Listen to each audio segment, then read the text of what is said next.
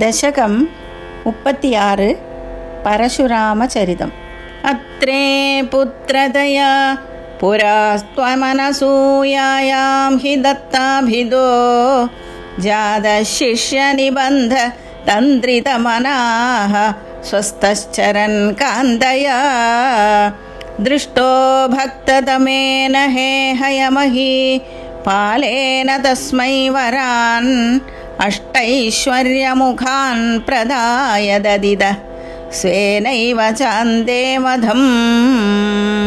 സത്യം കർത്തുമഥാർജുനസ്യ ച വരം തച്ഛക്തിമാത്രാനതം ബ്രഹ്മദ്വേഷി തദാഖിലം നൃപകുലം ഹന്തും ച ഭൂമേർഭരം.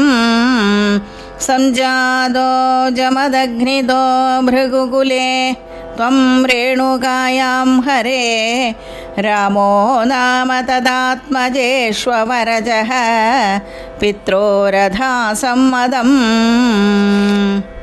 ലബ്ധാം നായഗണശ്ചതുർദശവയാഃ ഗന്ധർവരാജേ മനാഗ് ആസക്താം കില മാതരം പ്രതിപിതുഃ ക്രോധാകുലസ്യാജ്ഞയാ താദാജ്ഞാദികസോദരൈ സമമിമാം ഛിത്വാധ ശാന്താത് പിതുഃ തേഷാം ജീവനയോഗമാവിധവരം മാതാ ച തേദാദ്വരാൻ.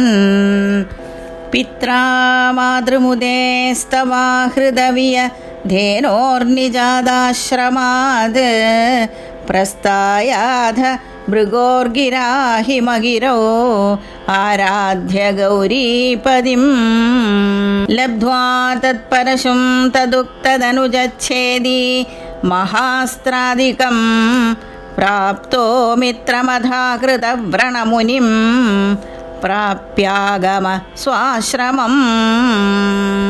ആഖേടോപഗതോർജുന സുരഗവീ സംപ്രാപ്ത സമ്പദ്ഗണൈഃ ത്വത്പിത്രാ പരിപൂജിത പുരഗതോ ദുർമന്ത്രിവാചാ പുനഃ.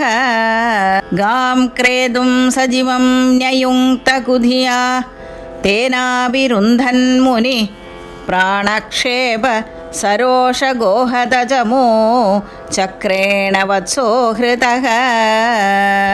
ശുക്രോജ്ജീവിതതാതവാക്യചലിത ക്രോധോധ സഖ്യാസമം ബിഭ്രദ്ധ്യാത മഹോദരോപനിഹിതം ചാപം കുഠാരം ശരാൻ.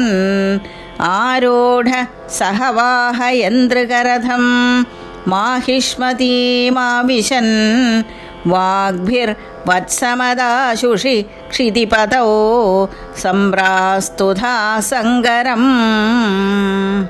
പുത്രാണാമയുതേന സപ്തദശഭിഃ ചാക്ഷൗഹിണീഭിർമഹാസേനാനീഭിരനേക മിത്രനിവഹൈഃ വ്യാജൃംവിദായോധനഃ. സദ്യസ്ത്വത്ക കുഠാരബാണവിദലൻ നിശേഷസൈന്യോത്കരോ ഭീതിപ്രദ്രുതനഷ്ടശിഷ്ടതനയഃ ത്വാമാവദധ്യേഹയഃ. ലീലാവാരിതനർമദാ ജലവലല്ലങ്കേശ ഗർവാപഃ ശ്രീമദ്ബാഹു സഹസ്രമുക്ത ബഹുശസ്ത്രാസ്ത്രം നിരുന്ധന്നമും ചക്രേ ത്വയ്യദ വൈഷ്ണവേപി വിഫലേ ബുദ്ധ്വാ ഹരിം ത്വാം മുദാ ധ്യായന്തം ചിദസർവദോഷമവധീഃ സോഗാത് പരം തേ പദം.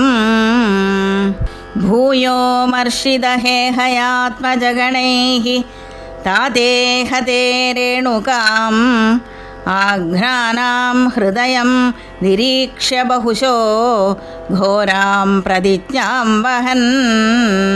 ധ്യാനാനേദ രഥായുധസ്ത്വമകൃധാഃ വിപ്രദ്രുഹ ക്ഷത്രിയാൻ ദിക്ചക്രേഷു കുഠാരയൻ വിശിഖയൻ നിക്ഷത്രിയാം മേദിനീം.